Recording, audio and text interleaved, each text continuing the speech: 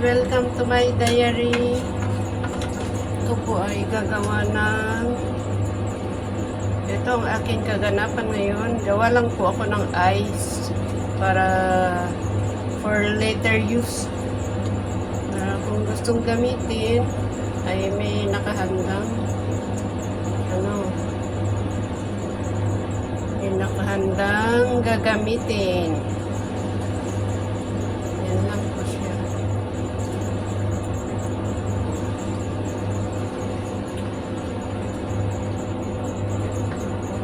Tapos ganito din ang gawin natin sa isa.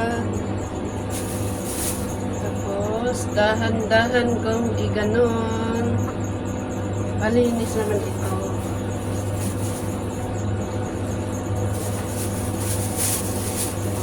Lagay natin sa malinis na plastic para hindi ma-contaminate. Dahil kung may iba pang nakalagay sa ref, ay kailangan isa-isa muna. Kung may isa pang nakalagay sa ref, ay syempre kung ma-contaminate, hindi na maganda. So,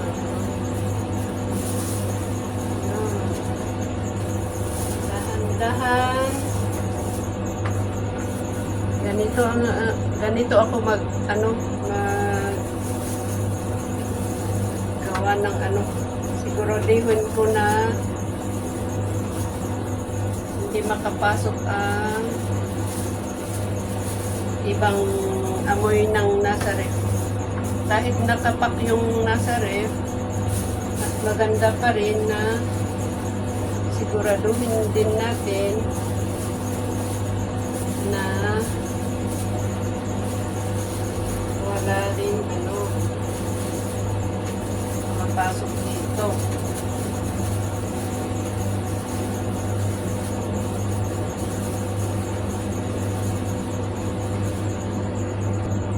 Gumamit tayo ng clip.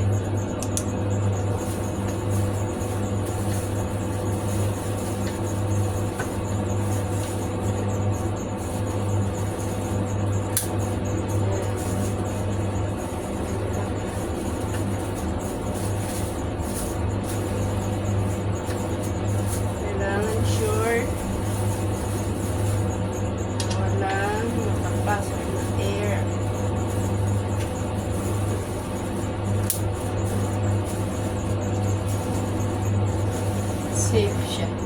Tapos lagay na natin sa freezer. Yan. Salamat po. Thank you sa panonood. Para safe ang ating ice. Hindi mako-contaminate. Dahil kung maliit ang ating ref na maraming iba pang nakalagay, o di para at least hindi ma-contaminate. Thank you so much. Ito pala yung isang gawa na. So, ililipat natin dito para madaling gamitin. Ilipat natin sa box kapag para madaling gamitin.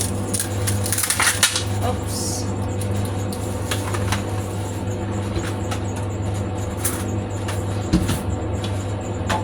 Mawit tayo nito para hindi natin hahawakan, dahil kahit tayo rin ang kakain, syempre iba yung nahawakan natin tapos ikikip natin.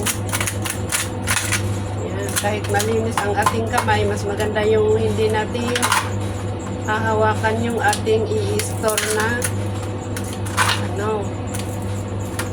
kapag i-keep natin ng medyo matagal.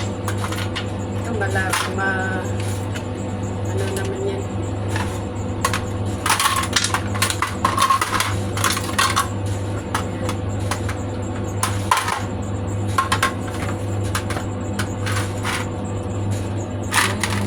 Para pag gusto natin gamitin o i-crush, ready to use. Thank you so much. Tapos ibalik natin sa ref.